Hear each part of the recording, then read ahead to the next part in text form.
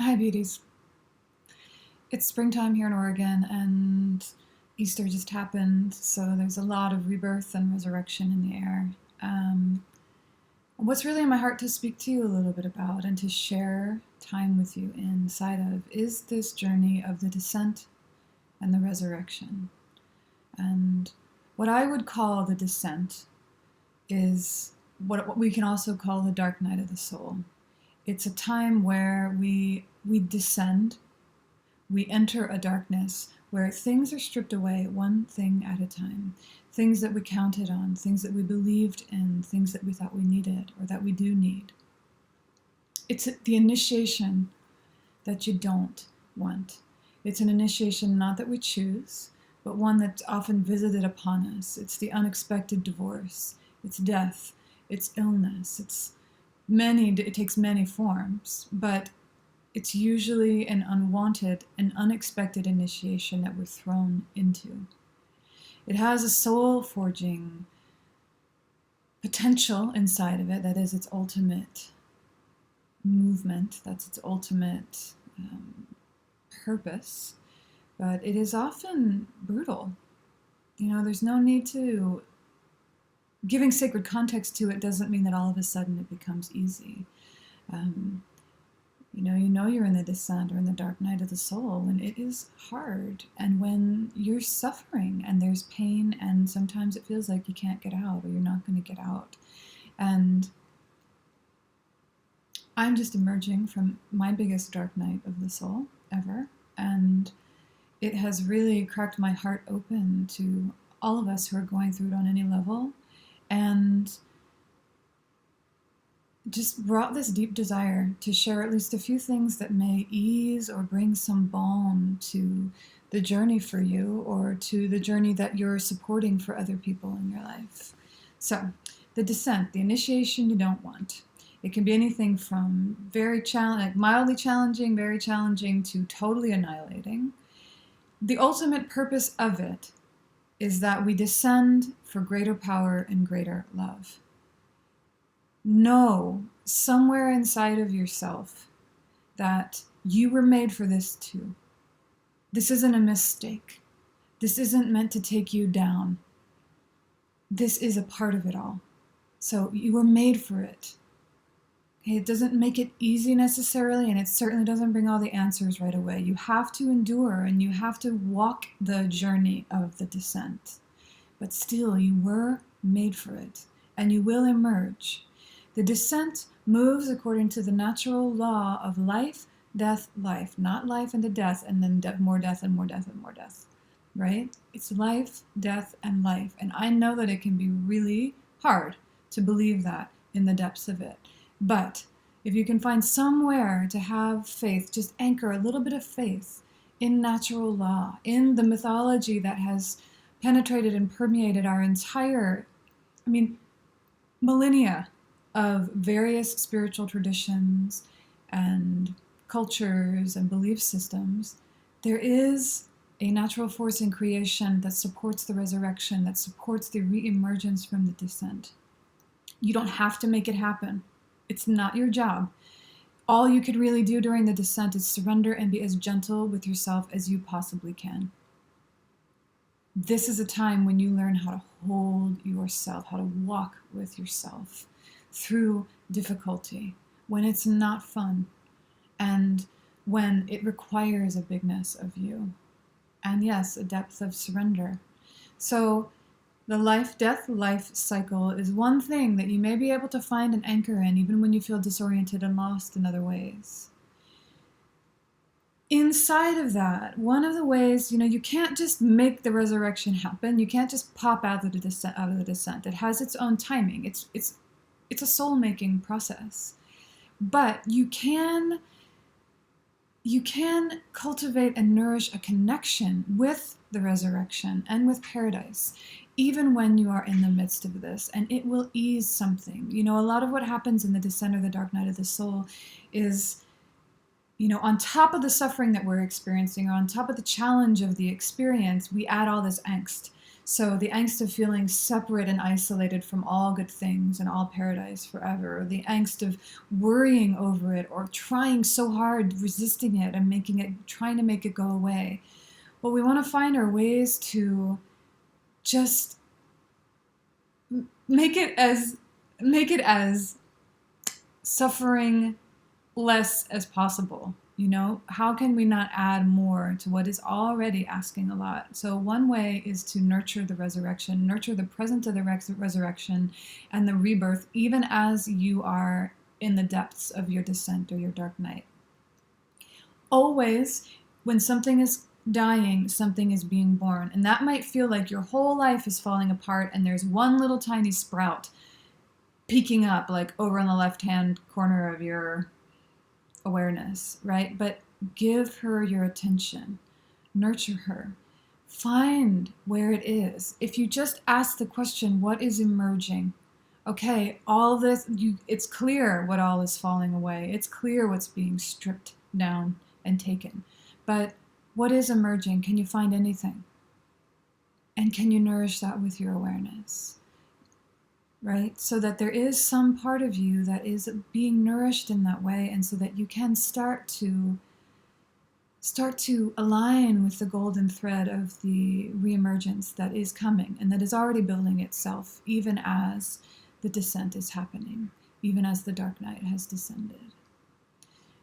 Along the lines of that is that, we tend to think of paradise as the wonderful place to be, where there's all these gardens of delight and fruits, and we're feeling amazing and fertile and shiny and radiant, and all these things. And that's paradise. That's the garden of woman. And it feels so amazing. You are not divorced from paradise when you're in the descent. There is a whole other garden that grows in the dark. And there is only one way to see it, to taste the fragrance of it, and to be touched by it, and to have that fragrance become a part of you. There is nothing evil or bad about the descent and the dark night. It's just dark. It's a lot of unknown, right? It's a lot of release. It's a lot of different kinds of feelings that maybe you don't want to feel. But it is not inherently wrong or bad, and it is not a mistake. And there is a paradise. It doesn't feel like Disneyland, and it doesn't feel like Hawaii. It feels like a dark garden full of mystery and full of things that it's going to teach you. And there's a presence there and a beauty that you can drink from as you find it. The substance of silence, the substance of the dark, the restorative nature of the unknown, right? There is a way in which you are being shrouded in the unknown because everything that you thought you knew is being taken away. And if you can find a way to allow that to have a sheltering quality and a nurturing quality to it, because it does. Inside of that, there is a movement of deep care for you. If from nothing else from me, but I know it's from all of creation. You are being sheltered, and there is nourishment that will arise for you and get you through this, because this is natural law. Right? You will reemerge. It's just a journey. So, in the dark, there's its own garden of paradise. We're talking about, anchoring and nourishing and noticing as things start to reemerge. Because one of the things that can also happen with the descent is it can become very almost seductive in the way that it's so intense and it's been so much the story for so long that we miss the fact that we're actually coming out of it. So let yourself see, let yourself notice, and let yourself recognize and embrace that it's a thing for you to reemerge. You will, and it's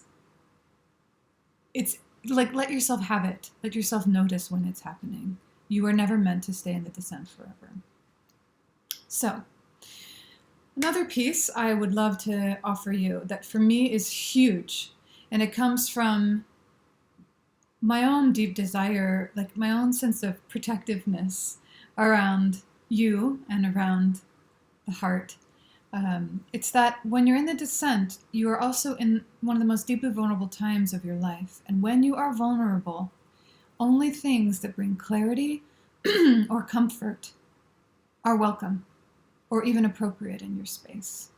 So during the time of the descent, let yourself be discerning and let yourself say no and shelter yourself from anything that does not bring comfort or clarity. This is not the time to figure a bunch of things out. It's not the time to expose yourself to discomfort or people or things that confuse you or, no. If it brings comfort or clarity, it's welcome. If not, it's just not for you, not right now. And if you can allow that to be kind of a guiding principle as you move through your journey, it can also alleviate some of the extra angst that comes and makes this a harder experience than what it already is.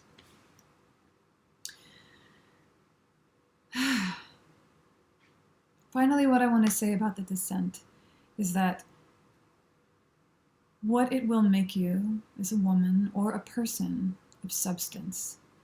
You're going through a time of darkness, a time of unknown, and there is a substance in darkness. We're not talking like the dark side. And even when we're saying like the underworld or the descent down, this is not into hell or into some horrible place. It's just into the depths, into the unknown, the dark, the unseeing, it's like everything that you use to illuminate your way often during the descent will be taken away, sometimes including your face. So there's nothing to villainize about the dark. There is a deep nourishment there. And when you move through the dark and when you come to know how you navigate it and you come to know who you are as you move through the dark, you accrue substance like dark matter. You become a woman of a certain kind of power, a being of a certain kind of power, because you've made the journey and you've been touched by it. So I want to check my notes and see if there's anything else I wanted to say to you. No, I think that's all. I did write this haiku about the descent in the midst of my long-term recent one. Initiation, unwanted and unforeseen. What if I choose you? So I send you all my love. I believe in you. I know you're made for this, whether you're in a descent or not. Whether you're holding people in their own descents or whether you're just holding this whole world as it goes through its dark night and its time of journey through the unknown. I'm so grateful to be connected to you, and I hope that what's moved through my heart in this little video has brought some comfort, illumination, brought some of the good to you. All my love. Mostly.